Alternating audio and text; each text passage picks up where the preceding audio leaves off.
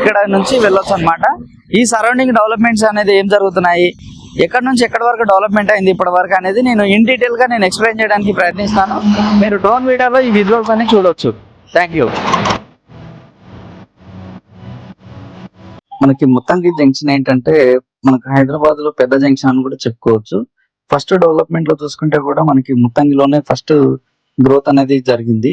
ఇక్కడ ఎందుకని ఇలా అంత డెవలప్మెంట్ ఉందంటే ఎంప్లాయ్మెంట్ అనేది ఎక్కువ ఉండడం వల్ల ఇక్కడ డెవలప్మెంట్ అనేది ఎక్కువ జరిగింది.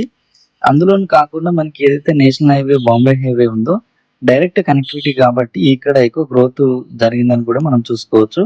ఇప్పటి వరకు సిటీ డెవలప్మెంట్ చూసుకున్నా కానీ ఓన్లీ బాంబే హైవేలోనే బాగా డెవలప్మెంట్ అనేది జరిగింది.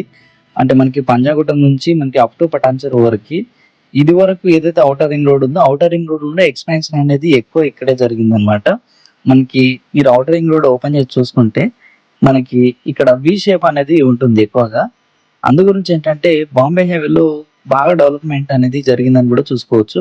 ఇప్పుడు మనకు కనిపిస్తున్న బిల్డింగ్స్ వచ్చేసి రామ్కి బిల్డర్స్ అన్నమాట. వాళ్ళు అపార్ట్మెంట్స్ అనేది కన్స్ట్రక్షన్ చేశారు. ఇక్కడ నుంచి మనకి పటాన్చెరు వరకు ఒక డెవలప్మెంట్ జరిగింది.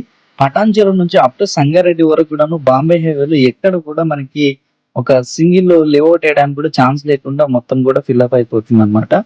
అందు గురించి ఏంటంటే ఎక్కువ ఇన్వెస్ట్మెంట్ ఎక్కడ జరిగింది అని చూస్తే వెస్ట్ లో మనకి ఏదైతే మనకి ఈ బాంబే హైవే ఉందో బాంబే హైవేలో ఎక్కువ ఇన్వెస్ట్మెంట్ చేశారు. చాలా వరకు సాఫ్ట్వేర్స్ కానీ బిజినెస్ మ్యాన్స్ కానీ డాక్టర్స్ కానీ చాలా వరకు ఎక్కువ ఇన్వెస్ట్మెంట్ జరిగింది. ఎక్కడ హైదరాబాద్ లో చెక్ చేస్తే మనకి ఫస్ట్ లొకేషన్ వచ్చేసి బాంబే హైవే కనిపిస్తుంది అనమాట.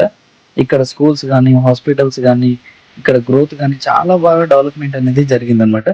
మనం ఒకవేళ ఫ్యూచర్ లో ఎప్పుడైనా ఇన్వెస్ట్మెంట్ చేయాలనుకుంటే ఇక్కడ సంగారెడ్డి సదాశివపేట వరకు కూడా చాలా ఇన్వెస్ట్మెంట్ అనేది చేస్తున్నారు. మీకు ఫ్యూచర్ లో ఇక్కడ ఇన్వెస్ట్మెంట్ చేయాలనుకుంటే పైన కనిపిస్తున్న నెంబర్ కాల్ చేయండి. మరిన్ని డీటెయిల్స్ తెలుసుకొని నెక్స్ట్ వీడియోలో మనం ఎగ్జిట్ నెంబర్ 4 గురించి ఇంకా వీడియోస్ చూద్దాము. అంతేకాకుండా మీరు మరిన్ని ఇలాంటి అప్డేట్స్ కోసం మన ఛానల్ని సబ్స్క్రైబ్ చేయండి. మరిన్ని వీడియోలో మరిన్ని డీటెయిల్స్ తెలుసుకొని ఇన్వెస్ట్మెంట్ చేయండి. Thank you.